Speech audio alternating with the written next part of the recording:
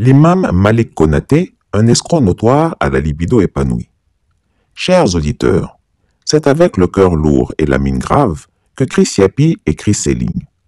En effet, si quelque chose m'horripile au plus haut point, c'est bien l'hypocrisie envers le maître de l'univers, car elle éloigne les hommes de leur créateur et caricature les religions. Nous devons tous nous interroger sur le fait que l'Afrique soit le continent où l'on trouve le plus d'édifices religieux au kilomètre carré, alors que la misère, la maladie et la famine font des ravages. Dieu n'entend-il pas nos prières ou alors a-t-il quitté l'Afrique, comme l'affirme l'acteur Bruce Willis dans le film Tears of the Sun, les larmes du soleil? Kitty, on soit avec vous. Dieu a déjà quitté l'Afrique. Chers auditeurs, le malheur des Africains vient de ces pseudo-guides religieux, plus politiciens que les hommes politiques eux-mêmes et avides de gains illicites, des escrocs de tous acabits. Ces religieux de foire qui préfèrent s'afficher plus avec les riches qu'avec les pauvres, plus avec les hommes politiques qu'avec leurs fidèles, nous ont éloignés du Créateur. Leur cœur est plus aride que le désert, au point qu'aucune foi ne peut y prendre racine. On est en train de faire la révision de la liste électorale maintenant. D'aller vous inscrire. Pour ceux qui ne sont pas encore inscrits, vous devez aller vous inscrire. Pour ceux qui ont 18 ans, il faut aller s'inscrire sur la liste électorale. Pour ceux qui sont déjà inscrits, il faut vérifier si notre nom est là. Je dis ça pourquoi? Parce que dans notre religion, le Coran dit Wa amruhum shura bainahum, que lorsque on est en communauté, on est en famille à la maison, on est dans le village, on est dans une ville, qu'on doit gérer nos affaires dans la concertation. Il ne faut pas qu'un seul soit là pour dire c'est moi, ce que j'ai dit, c'est ce qu'on va faire. Non. On doit demander toujours aux gens, voilà ce qu'on veut faire, qu'est-ce que vous en pensez? Mais le vote, c'est ça. On a dit, on a mis un maire, on lui a donné 5 ans. 5 ans, c'est fini. On veut faire encore.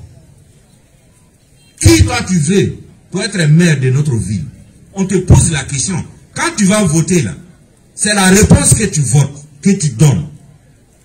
Mais si on t'a demandé, le Coran dit qu'on n'a qu'à se concerter. Toi, on t'a concerté. Tu as dit non que tu ne vas pas là-bas. Mais tu as refusé d'accomplir un devoir spirituel. Ce n'est pas obligatoire d'aller voter.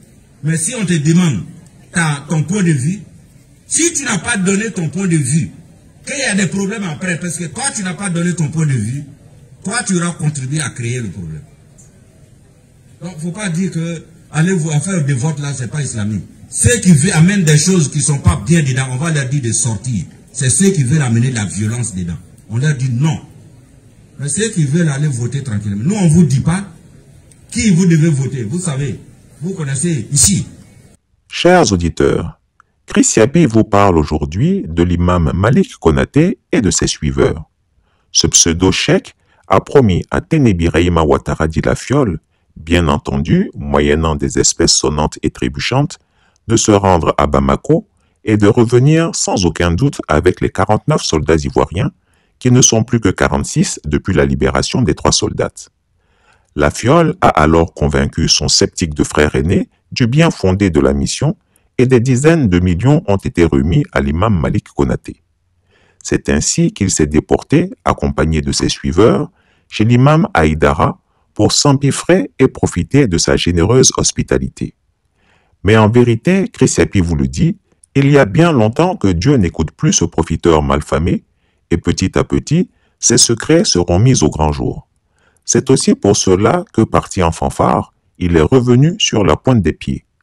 L'échec des imams consommés, le despote des lagunes a copieusement grondé Tenebi Raïma Ouattara dit la Fiole. Alassane Gaspard Dieudonné Ouattara alias ce chameau, lui avoua par la même occasion que venant de lui, il s'attendait à ce piteux résultat.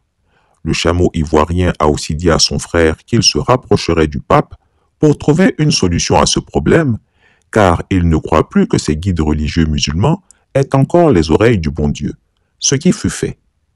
En effet, pour Gaspard Dieudonné le chameau, ces imams ne sont que des escrocs devant qui lui-même ne se gêne pas pour boire son vin et manger ses côtelettes de porc, puisque eux-mêmes ne sont pas des modèles à suivre. Lorsqu'on vous regarde, n'est-il pas préférable de se convertir au christianisme, leur a-t-il demandé? Mais peut-on sérieusement en vouloir au dictateur des lagunes quand il est traversé par de telles pensées? Franchement, quelle est donc cette cécité qui aveugle ce pseudo-cheikh en la personne de Malik Konaté au point d'aller intervertir pour la libération de soldats ivoiriens au Mali? A-t-il oublié que lorsque son co-religionnaire, l'imam Agib Touré, avait été arrêté en Côte d'Ivoire, son silence avait été assourdissant? Je voudrais quand même soutenir ce que le chef vient de dire tout à l'heure. C'est qu'on a quitté ici, lorsque nous sommes arrivés au Mali, on avait l'impression que nous étions en Côte d'Ivoire. Parce que souvent, quand tu n'es pas sur le terrain, tu penses que c'est autre chose. On voit le Cheikh Aïma du Mali, voilà, que tout le monde connaît, Chérif Haïdara, qui nous a donné bon espoir. Et je vous assure que c'était tellement bien. Et Dieu merci, lorsque nous sommes arrivés, dimanche nuit, on a vu le Chérif Haïdara. Et automatiquement, il a pris le rendez-vous avec le premier ministre par intérim, et puis le ministre de l'Intérieur et le ministre de culte. Donc ces trois ministres se trouvaient sur la même table, c'est pas aussi facile. Nous étions avec le responsable de la diaspora malienne et puis le frère roi Majesté qui est là. C'était tellement bien que je me suis dit que est-ce qu'il y a eu de dispute entre la Côte d'Ivoire et le Mali? Moi je ne vais pas être long. Je vais dire seulement si Dieu le veut. En tant que musulman imam, si Dieu le veut, on attend un résultat positif. Peut-être même que ça ne va pas prendre du temps. Mais j'ai l'impression et j'ai le sentiment que ce problème-là va se résoudre. Inch'Allah. Inch'Allah. L'imam Malik Konaté semble n'intervenir dans une affaire que lorsqu'il est bien assuré de ne pas froisser ses amis politiciens qu'il passe son temps à escroquer. Non, Chris Yapi dit non. Cela suffit. Allez dire à cet imposteur que je le mets en garde. Je connais un de ses secrets qu'il cache. Qu'il se répande, sinon Chris Yapi mettra à nu ses relations plus que douteuses qu'il entretient avec certaines gentes dames. Je détiens des preuves croustillantes et des témoignages sur ces parties de jambes en l'air coquines et anti-religieuses. Cher Malik Konaté, Chris Yapi vous a à l'œil et en profite pour vous interpeller solennellement. Revenez dans le champ d'action de votre charge d'imam, qui est le vôtre, et abandonnez la politique aux politiciens. Sinon, chers auditeurs, Chris Yapi vous demande de l'aide.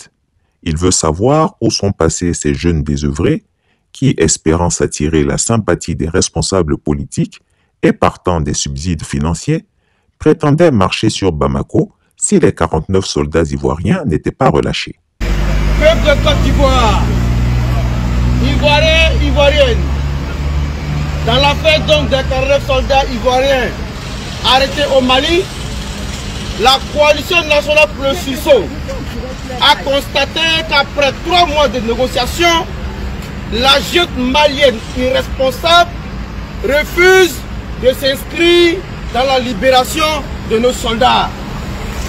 Nous avons donc décidé de donner un ultimatum à la junte malienne. À l'effet, dans les 72 heures, de libérer nos soldats.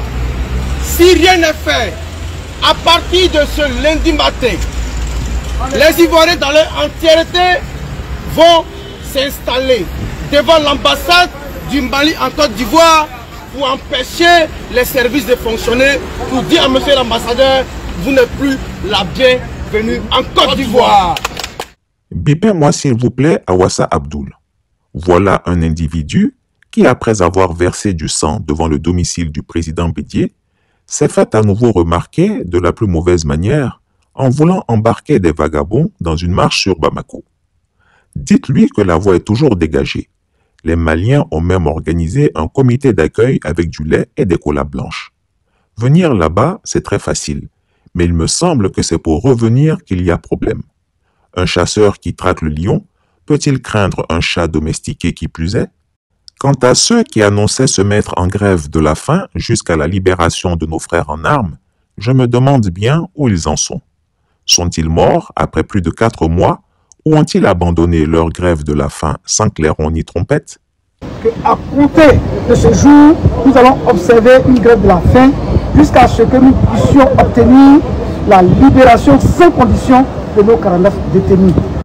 Comment et pourquoi le tyran ivoirien et sa fiole de frères peuvent-ils inviter des plaisantins en manque de publicité dans une affaire aussi sérieuse que celle des 46 militaires ivoiriens incarcérés au Mali?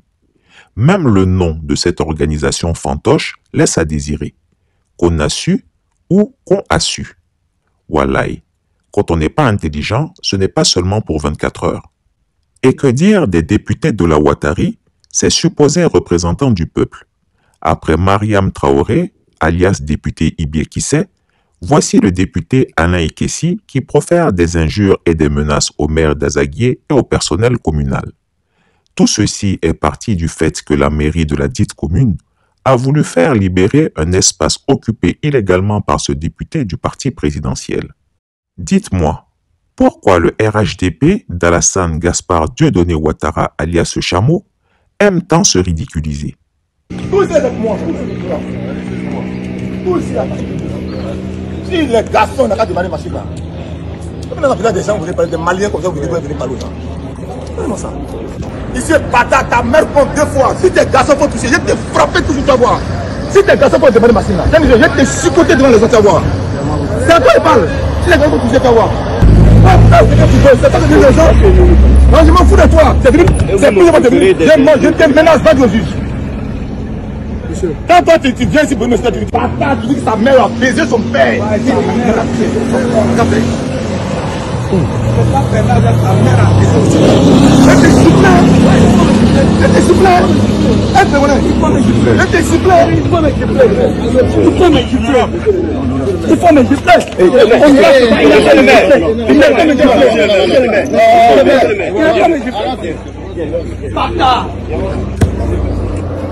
Faut casser là. C'est là tu parles, tu veux bien casser si tes garçons malades. Viens te gifler devant les gens. Viens casser. Arrête ça. Essaye. Essaye, gifle-moi. Si tes garçons, gifle-moi. Laissez-le venir, laissez-le venir. Oh putain là. Laissez-le venir. Va venir, viens te gifler putain de la oh, il est ici là. Ton mère va dire que vous êtes dans toucher les garçons. Va dire à ton mère là. Que moi dis sa mère compte 2 fois. Il est venu me toucher. Il n'a pas bien touché. Là c'est un coup. Il n'a pas bien touché. Chris Yapi ne ment pas. Retrouvez Chris Yapi sur ses 2 chaînes YouTube, sa chaîne Dailymotion, Instagram et VK.